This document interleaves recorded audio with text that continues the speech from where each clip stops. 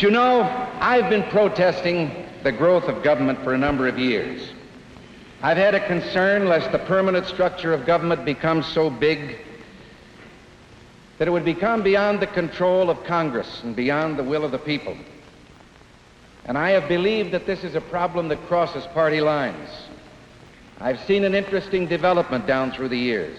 When I first suggested the danger of government control inherent in so many federal handouts, there were people who denied vehemently that any such thing could ever take place.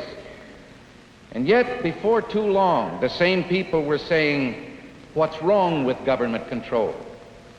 And in the recent days, we've heard representatives in the higher echelons of government ask us, well, are you afraid of your own government?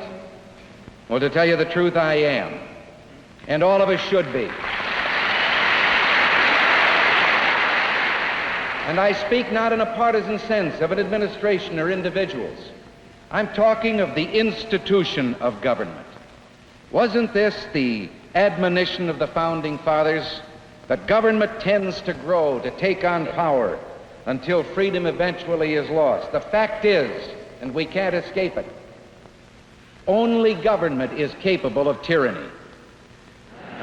In 1772, the Boston Committee of Correspondence proclaimed the right to life, liberty, and property. 2 years later, in Philadelphia, the First Continental Congress declared that Americans were entitled to life, liberty, and property. In June of 1776, the Virginia Bill of Rights asserted that all men were equally free and independent, with the means of possessing and the right to possess and acquire property.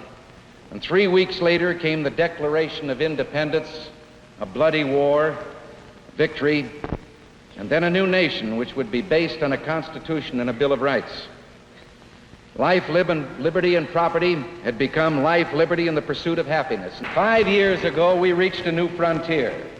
And now we're face to face with a great society. And along the way, we've added $31 billion to our debt, but we've decreased our gold holdings until concern is felt for the solvency of our currency. And very shortly, the coins we jingle in our pocket will no longer have the ring of silver. But have no fear. We reached something of the height of absurdity when in a press conference recently we were told that the government would stand behind those artificial coins and was prepared to exchange them anytime for paper. The last campaign found our opponents presenting themselves as conservatives in the sense that they would make no drastic change in our easy, prosperous, and affluent way. They would maintain the status quo. That's Latin for the mess we're in. We're told that we're enjoying an unprecedented prosperity, but 42 government agencies, the government has just informed us, are spending $70 billion a year on public welfare. And serious discussion is given by men in high place in government to the idea that there is no longer any necessity to connect work with income, and that a man simply by being born should be assured of an annual income with no need to work. The ancient Hebrew book, the Talmud, tells us that for a father to fail to teach his son to earn a living is the same as teaching him to steal, for that might be the inevitable result. Freedom is very fragile. We've only known a few moments of it in all man's history. And most of those moments have taken place here, in this land, under this constitutional system and under our economic system of free enterprise. Today, for every 10,000 of us, it only takes 12 doctors to keep us well and healthy. It only takes 40 mechanics and oil station attendants for every 10,000 of us to keep our automobiles running. 37 telephone employees to keep the vast network of telephones running in this country. But it takes 130 federal employees for every 10,000 to administer the affairs of state.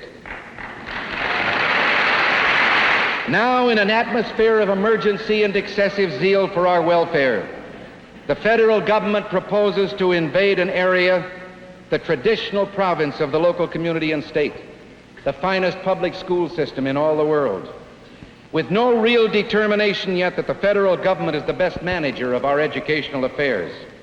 A suspicion prevails that they're not so much interested in speeding progress as they are in asserting authority in every conceivable aspect of the educational system. And now we uncover a memorandum, thanks to the press actually, a memorandum in the Community Relations Service of the Poverty Program, has nothing really to do with education, but the memorandum is very disturbing in this sentence. We should conduct a systematic effort to contact all publishers and school boards to encourage their publication and adoption of textbooks conforming to established standards. Well, if the government is going to build the schools and buy the books, issue scholarships, make judgments, and exert pressure, what if one day that pressure is of a political nature not to our liking? Education is the bulwark of freedom, but you remove it too far from the community and the parents' control, and education becomes the tool of tyranny.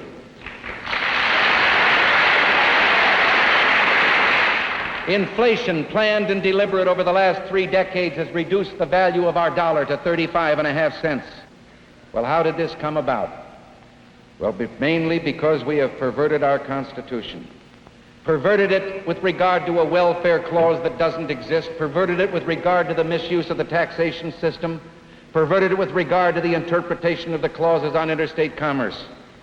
And we've done it under such high-sounding phrases as the greatest good for the greatest number, or one man, one vote, forgetting that majority rule becomes mob rule unless there is a set of ground rules protecting the individual. I know that the bond of party loyalty is very strong. I was a Democrat most of my life. I know it is hard to make a change from party loyalty and the party of your lifelong choice without a feeling that you're being treasonable or unfair. I say to you, have no feeling of disloyalty if you have decided you no longer can follow the leadership of that party tonight, because the leadership of that party has long since abandoned you.